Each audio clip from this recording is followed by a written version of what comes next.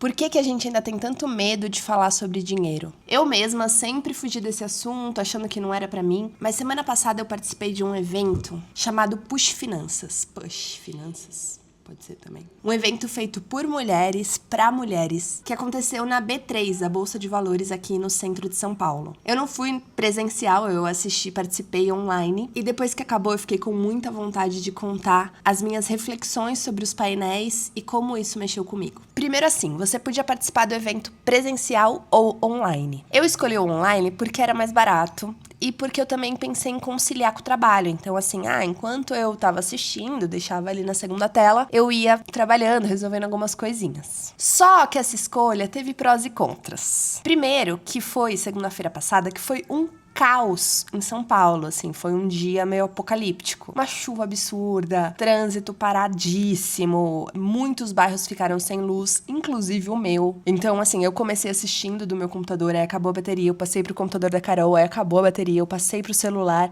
aí tava quase acabando a bateria, eu conectei um power bank e a luz voltou. Já era 5:30 da tarde. O evento acho que acabou 6 e pouco. Eu fiquei pensando numa coisa, né, que se eu tivesse ido no presencial, eu ia riscar o dia e o dia inteiro eu ia estar nesse evento presencial. Então, eu acho que eu ia me entregar, né? A gente se entrega mais, fica ali presente. Tipo, você já tá lá, você já fechou a agenda pra aquilo, né? E no online, eu fiquei com a sensação o tempo todo de que eu não devia estar ali, que eu devia estar fazendo outra coisa. Que eu tava, assim, vendo vídeo, sabe? Então, além de assistir 8 horas de conteúdo denso sobre finanças, eu ainda tava com a cabeça meio dividida, resolvendo outras coisas, dando uns checks na agenda. Então, eu acho que da próxima vez, e eu recomendo pra quem tiver a opção de presencial ou online, eu vou escolher o presencial. Por que a gente faz isso com a nossa cabecinha, né, gente? Por que a gente nunca se dá permissão suficiente? Painel 1. O primeiro painel foi com a Carol Pfeiffer, que é uma das Sharks do Shark Tank. Então ela contou um pouco da trajetória dela, que desde sempre ela quis empreender. Quando foi a hora de fazer faculdade, ela pensou, cara, eu vou fazer faculdade de administração de empresas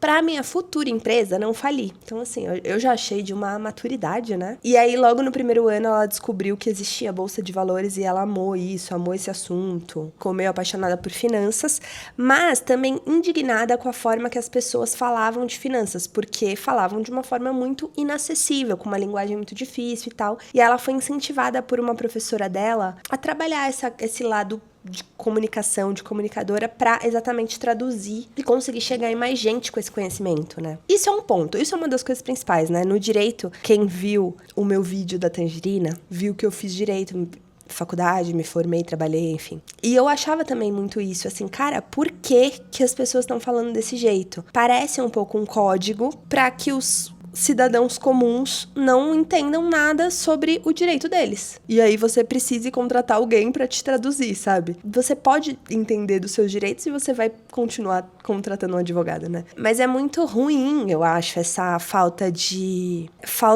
clareza na comunicação, né? Acho que, inclusive, eu tô me pegando com essa questão cada vez mais, né? Porque também no vídeo da tangerina eu falei sobre como foi massa no curso que eu fiz a parte em que a Ana, minha professora, traduzindo textos super formais e técnicos para uma linguagem que encontra o outro, ou seja, de uma pessoa comum para outra pessoa comum que tá lendo aquilo, né? E aí até falei sobre reescrever avisos do elevador e tal, inclusive tem um lá falando da reunião de condomínio. Tô cada vez mais entendendo que essa questão da comunicação é algo que sempre me pegou, né? Voltando ao tema.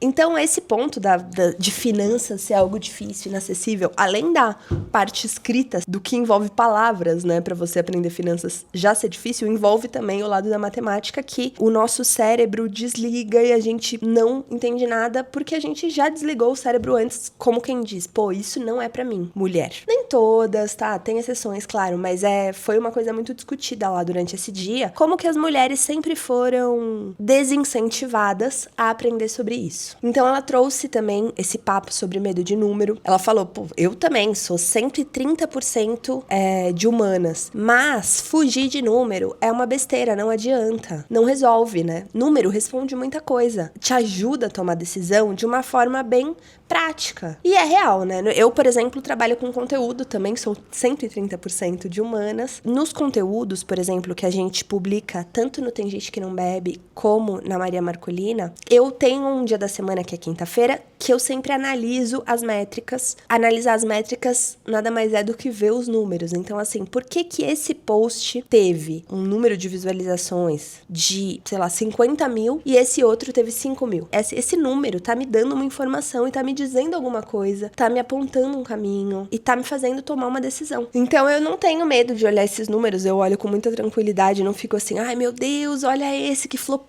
tal. Porque é isso, tem uns que tudo é teste, tudo é dado, e é muito bom ter dados. Eu fico feliz de estar gerando esses dados, e eu só consigo gerar esses dados postando todos os dias, né? Ou, sei lá, vários dos dias. Então, por que não fazer isso com o dinheiro também, né? Por que não olhar também pros números da nossa conta? Você tem a sensação assim, ai, não quero nem ver quanto tá o cartão? Que é tipo, não... Cara, quantas vezes, né?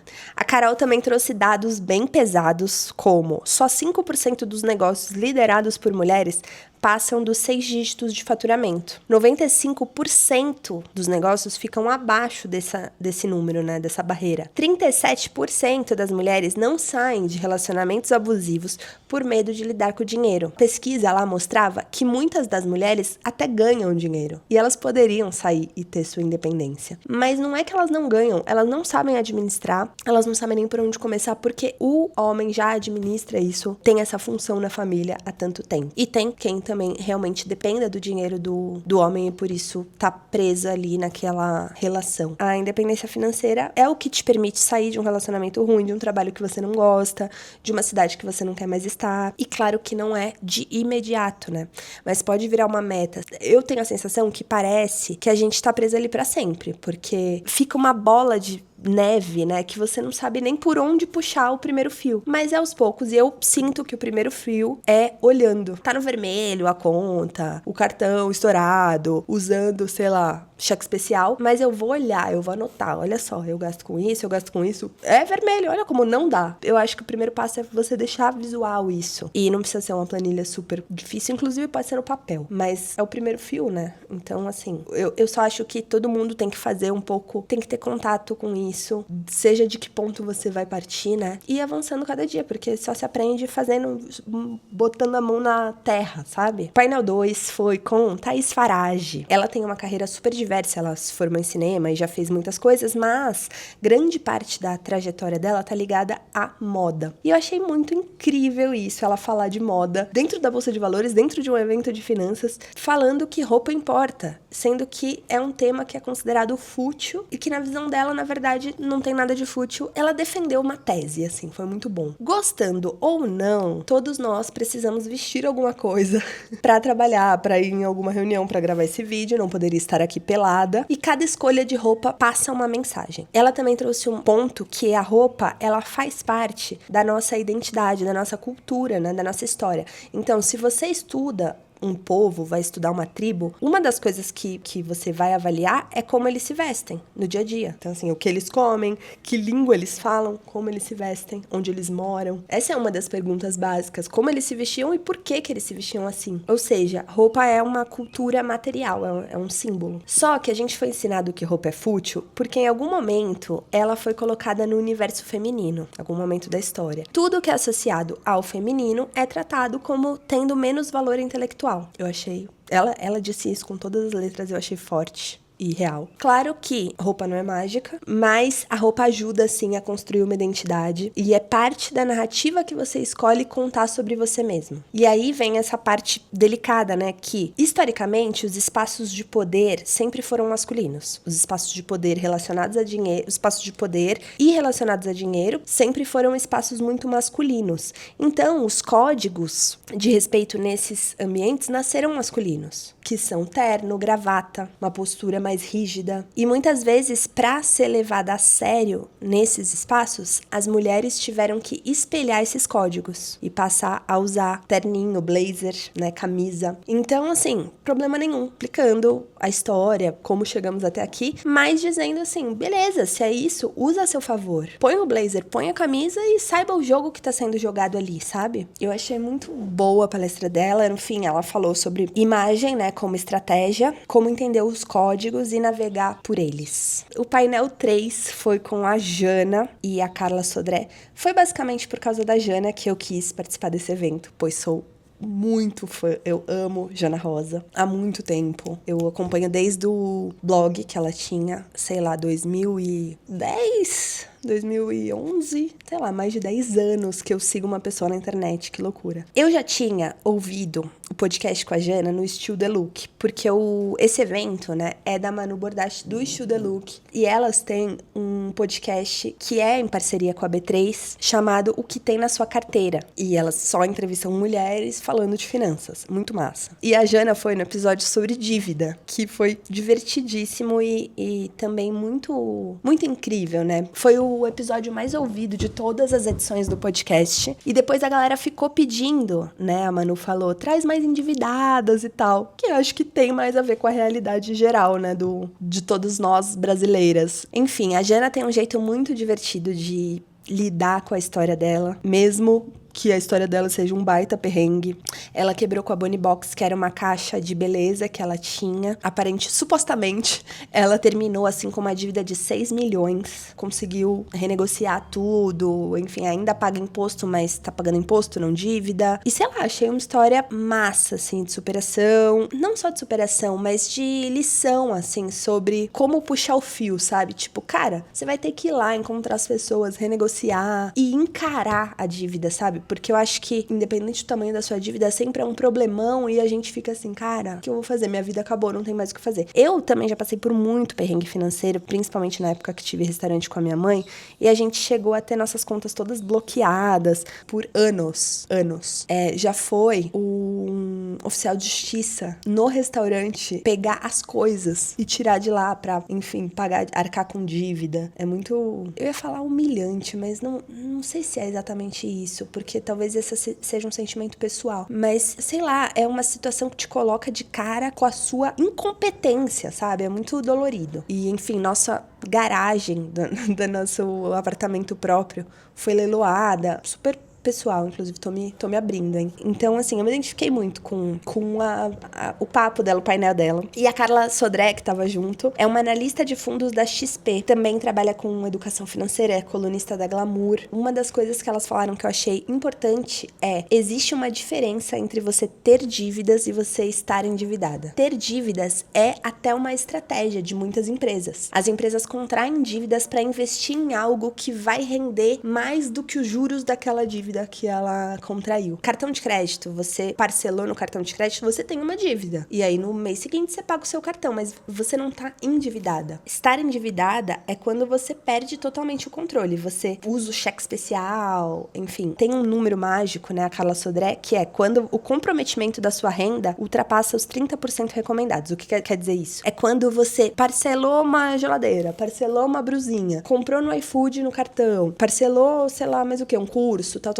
E aí todas as parcelas que estão ainda a vencer no seu cartão já comprometem mais de 30% da sua renda. Então é uma coisa que você tem que ficar de olho, assim, né? O quanto que você tá parcelando por aí, porque vai chegar uma hora. Porque a gente, né, culturalmente no Brasil, comete muito um erro de assim, eu ganho 5 mil reais e o meu limite é 5 mil reais, logo ganho 10 mil. Pensar o seu limite do cartão como um puxadinho ali do seu salário, sabe? Não façam isso. Então a Jana fala, né, que ela cometeu esse erro e ela achava que era normal, assim, porque, empreendedora, e empreendedor é tudo ferrado mesmo, então tá certo, esse é o estilo de vida de um empreendedor, ser ferrado. Só que não, né, não precisa ser desse jeito. E também, como ela trabalhava com uma parte criativa, né, ela achava assim, eu trabalho com a parte de criação, então eu não vejo planilha, né, vou ter que delegar essa parte pra alguém. E aí delegou, mas assim, delargou, né, porque ela passou isso pra pessoa, mas nunca via, e aí acabou levando golpe, a pessoa não fazia, a pessoa não tava pagando os impostos. E, enfim, loucura. A grande lição desse painel foi que a dívida não é um monstro e nem o maior problema. O maior problema é a falta de acompanhamento. Por não acompanhar, por não olhar e ir resolvendo, quando vai ver, já tá um BOzão, sabe? Aí teve um intervalo pro almoço, e depois do almoço, elas voltaram gravando o podcast que eu falei que elas têm com nada mais, ninguém menos, que Ana Sui. Pra quem acompanha o canal, eu sei que muitas das meninas que estão por aqui gostam muito de ler e de escrever. Então, sabem quem é Ana Sui, certamente. Mas pra quem não sabe, ela é psicóloga, psicanalista, escritora maravilhosa e sempre traz umas pedradas pra gente pensar, puta.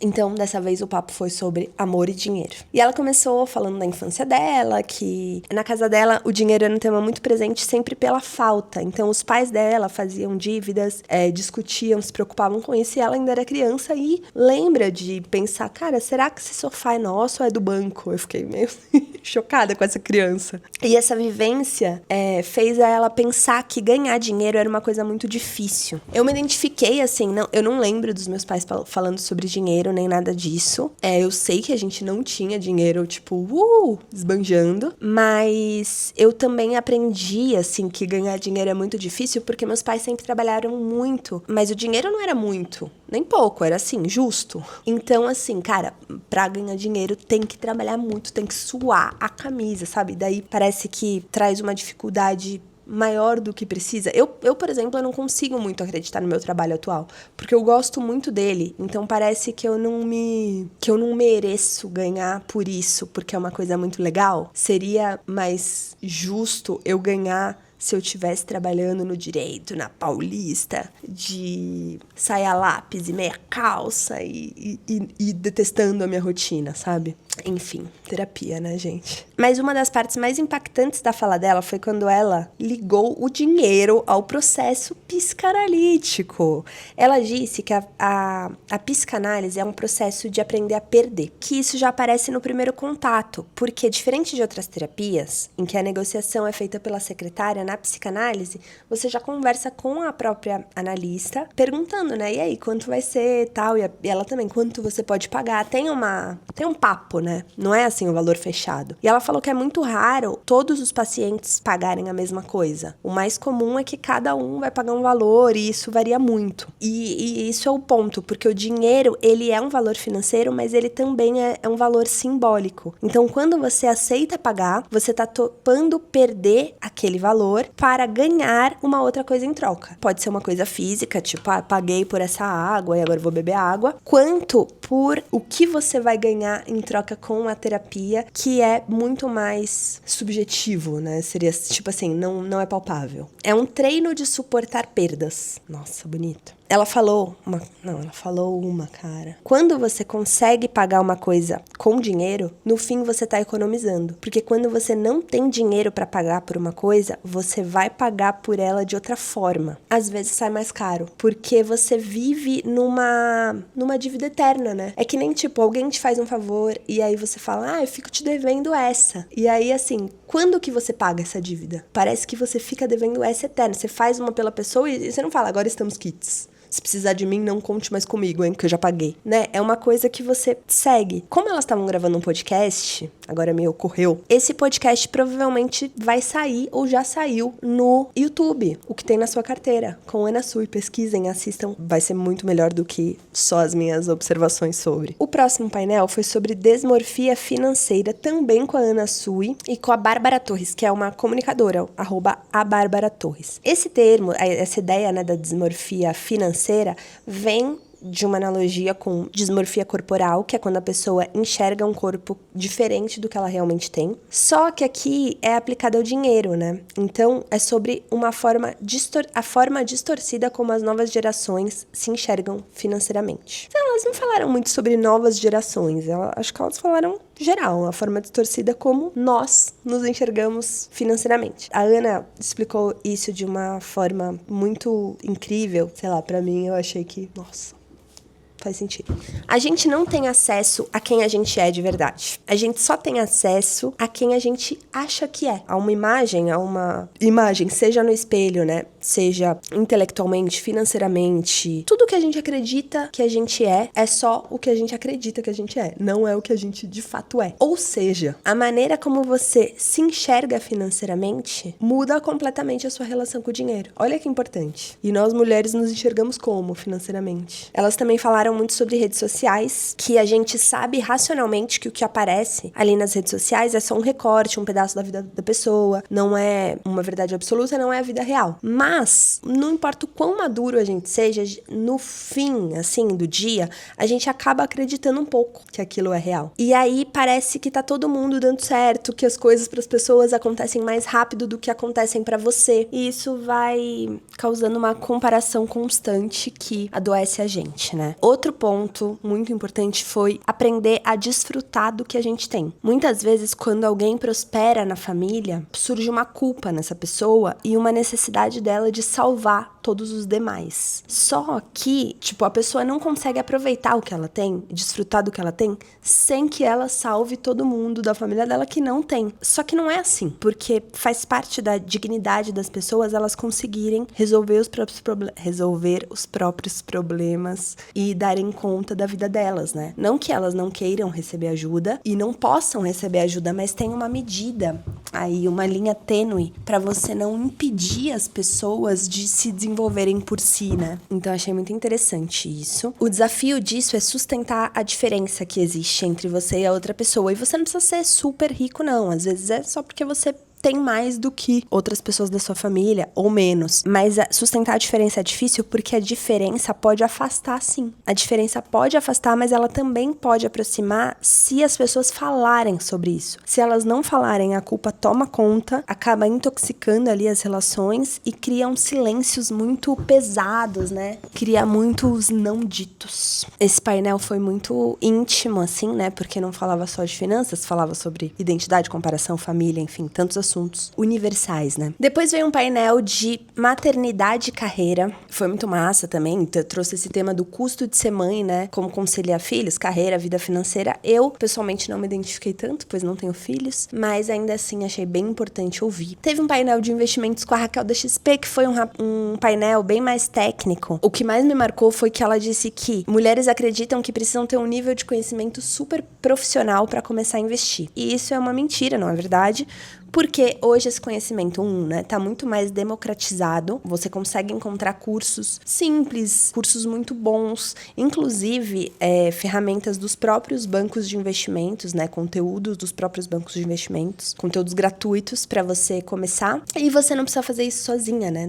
Você pode contar com um assessor, com um consultor, tudo isso para te ajudar. Outra coisa que ela disse é que investir não é só colocar dinheiro na bolsa, né, como muita gente pensa. A própria bolsa não negocia só ações, ela negocia muitos outros tipos de investimento que vão desde um perfil mais conservador até um perfil mais arrojado. Então, a ideia principal desse painel foi essa, assim, você pode começar aos poucos, entendendo o seu perfil e avançando conforme o seu ritmo, sem precisar ser uma especialista em finanças. Por último, teve mais uma gravação de podcast, dessa vez com a Tamara Corretora, que ela bombou aí nos Reels ultimamente, mostrando imóveis de um jeito super divertido e engraçado. Ela falou da trajetória dela como vendedora. Eu achei muito bonita a história dela. Esse podcast provavelmente também vai ser liberado. Assistam. Falar de dinheiro é muito mais, assim, que tabela do Excel, né? Que é sobre vida real, é sobre roupa, sobre tempo, sobre relações, sobre saúde mental. Então, cada um dos painéis me lembrou que, no fundo, dinheiro é só a forma como a gente troca nosso tempo, nossa energia e a forma como a gente faz escolhas. Então, se tem uma coisa que eu vou levar é que a gente tem que parar de ter medo de número, olhar pra eles, encarar e começar a usar eles a nosso favor. Isso é sobre autonomia e é um assunto que a gente não pode mais adiar. Quero muito saber como é a relação de vocês com dinheiro. Você evita o assunto, encara de frente. Qual é a sua história com relação a isso? Comenta aqui pra gente conversar. Não esquece também de seguir o canal, dar o like, todas essas coisinhas que ajudam muito o conteúdo a ser entregue aqui pelo YouTube. Um beijo e até o próximo vídeo.